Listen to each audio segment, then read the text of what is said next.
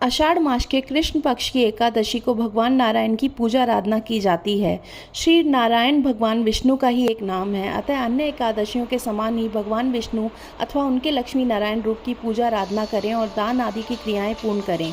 इस एकादशी का व्रत करने से संपूर्ण पापों का क्षय होता है और पीपल काटने तक का पाप मुक्त हो जाता है। किसी दिन किए हुए शाप का निवारण हो जाता है। योगिनी एकादशी का व्रत करने से इस व्रत को करने वाला इस लोक में सभी सुखों को भोगकर अंत में मोक्ष को प्राप्त कर हरि चरणों में निवास करता है, ऐसा शास्त्रों में कथन है।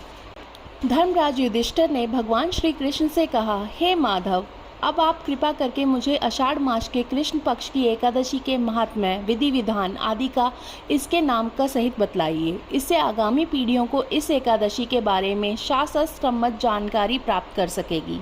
भक्त वत्सल श्री कृष्ण भगवान बोले, हे राजन, आषाढ़ मास के कृष्ण पक्ष की एकादशी का नाम योगिनी एकादशी है। समस्त पापों को क्षय करने वाला और इस लोक में सभी सुख और अंत में मोक्षदायक होता है इस एकादशी का व्रत। योगिनी एकादशी का व्रत करने से देवताओं के दिए हुए शाप तक से मुक्ति प्राप्त होती है। पुराणों में वर्णित एक कथा के अनुसार सुनाता हूँ, इसे आप ध्यान होकर सुनिए। स्वर्गलोक में इंद्र की नगरी अलकापुरी नामक अत्यंत भव्य और रमणीय नगरी थी। इसमें यक्षों का राजा कुबेर एक भव्य भवन में रहता था। उस कुबेर प्रबल शिव भक्त था और प्रतिदिन प्रातःकाल शिवजी का पूजन आराधना किया करता था। हेम नामक एक माली प्रतिदिन पूजा के लिए मानसरोवर से फूल लाकर कुबेर के यहाँ पहुँचाया करता था। हेम माली की पत्नी का नाम विशालाक्षी था। अप्सराओं के समान सुंदर, अत्यंत गुणवती, महान पतिव्रता थी हेम माली की पत्नी विशालाक्षी।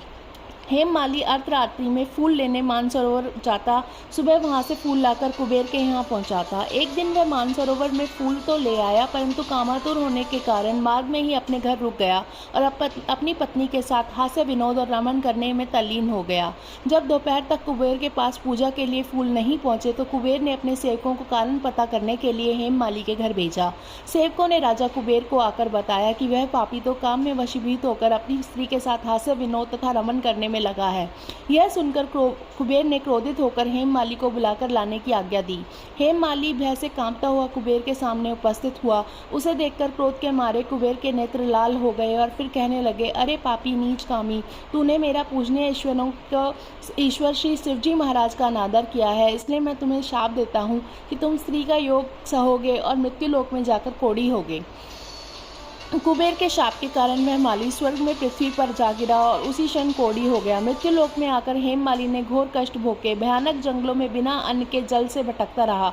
रात्रि को निद्रा भी नहीं आती थी, परंतु शिवजी की पूजा के प्रभाव से उसको पिछले जन्म की स्मृति का ज्ञान रहता था। घूमते घूमते वह एक दिन मार्कंडेय ऋषि के आश्रम पहुंचा।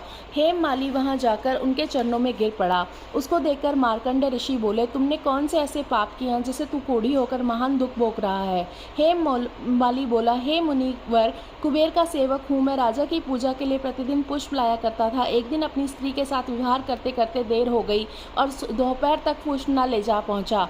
उन्होंने मुझे श्राप दिया है, तू अपनी स्त्री का वियोग सहेते हुए मृत्यु लोक में जाकर कोढ़ी बनकर दुख भोगेगा।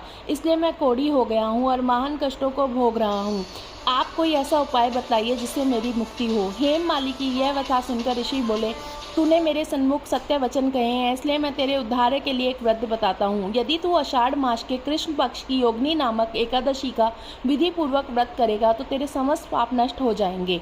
इस पर हेम माली बहुत प्रसन्न हुआ। मुनि के अनुसार उसने योगिनी एकादशी का विधि पूर्वक व्रत किया, जिसके प्रभाव से वह अनेक फिर दुखों से सुख में प्रवृत्त होकर अपने पुराने रूप में आ गया।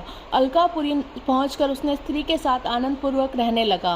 हे राजन, इस योगिनी एकादशी की कथा पढ़ने तथा सुनने से फल से ही 88 सहस्त्र ब्राह्मणों को भोजन कराने के बराबर है, जबकि इसका व्रत करने पर समस्त पापों को दूर होकर अंत में स्वर्ग की प्राप्ति होती है। बोलो विष्णु भगवान की जय।